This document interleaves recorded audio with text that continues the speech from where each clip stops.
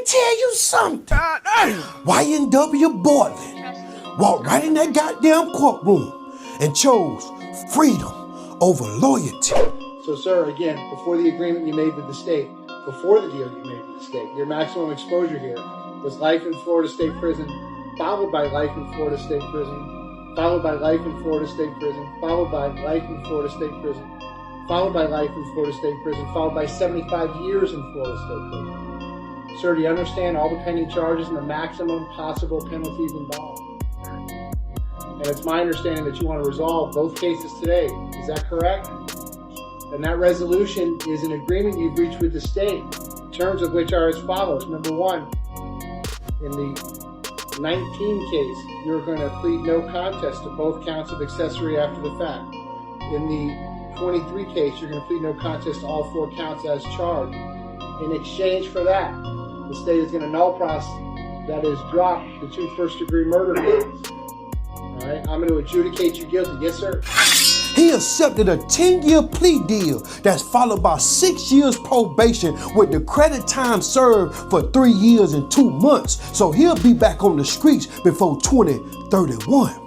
He also agreed to become a government informant and tell everything he saw that happened that night in that car with YNW Melly, Juvie, and the other little dude. And that right there is the end that you gonna ever see of YNW Melly. The feds executed a master strategy by offsetting YNW Melly trial to 2027, and that gave them time to go after his co-defendant and offer him a deal that he couldn't refuse. And YNW Bortlen bit on the bait and stepped on the trap, and that sent his CEO to possibly be persecuted by death. YNW Melly been in jail since 2019. But now that YNW Bortlen accepted his plea, he gonna die now. YNW Melly was on the verge of becoming one of the biggest rappers in the game, but instead of platinum plaques, he found himself in a courtroom with metal bracelets fighting for his life. Prosecutors say Melly set up his own brothers, YNW Juvie and YNW Sack Chaser, then tried to cover it up like it was a random drive-by attack. But the evidence they pulled, the ballistics, the car records, even text message painted a darker picture of betrayal. But the case didn't just stop at the murders themselves. It exploded into a story of tampering, broken promises, and desperation attempts to control the narrative. Now the prosecutors accused Melly's camp of trying to twist witnesses, pressure from the streets, and quiet threats all played a role in keeping people from telling the truth. Behind the scenes, promises was made to keep mouths shut, promises of money, loyalty, and protections. But the goddamn promises they made didn't last. Every time a story changed, the state pointed and said, "This is tampering," and every move made the case heavier on Melly's back. This isn't just a murder case. It's a chess game filled with betrayal, silence, and fear. It's about who's willing to lie, who's willing to fold, and who gonna sit or who gonna risk it all for the goddamn truth. Now everybody on the internet sitting back watching just to see if Melly's name gonna hang between a superstar or a convicted killer.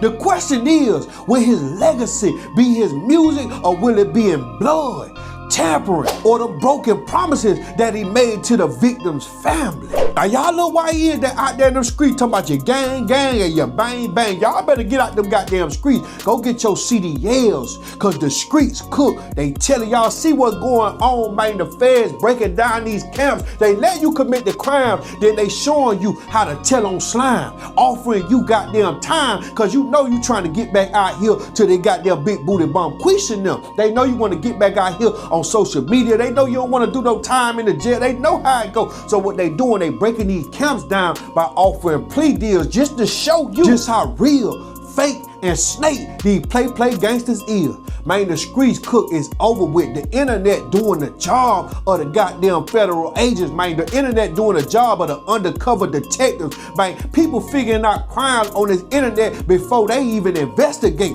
They already knew they had YNW Melly cooked. That's why they pushed that case back to 2027. They were just playing chess. They would let him sit, because they know they had shit on his shoe. They were smelling it, but they couldn't prove it. They couldn't find out which shoe it was. Now that Bortlen done took this goddamn plea deal, he gonna go ahead and plea out the goddamn life, because if not, and they take that shit to trial in 2027, your man finna get the death penalty, and he'll be out of here within 3 years, especially in Broward County judicial system. They gonna make an example out here little bad ass. But y'all comment below and let me know how y'all feel about the situation. Y'all make sure y'all like the video. Y'all make sure y'all subscribe to my channel. Y'all make sure y'all watch out for them fake scammers that be in the comments talking about you won some goddamn money. That's not Nino Brown. This one Nino Brown. I don't see no clown. You know how I get down when I put on that crown. You know it's going down.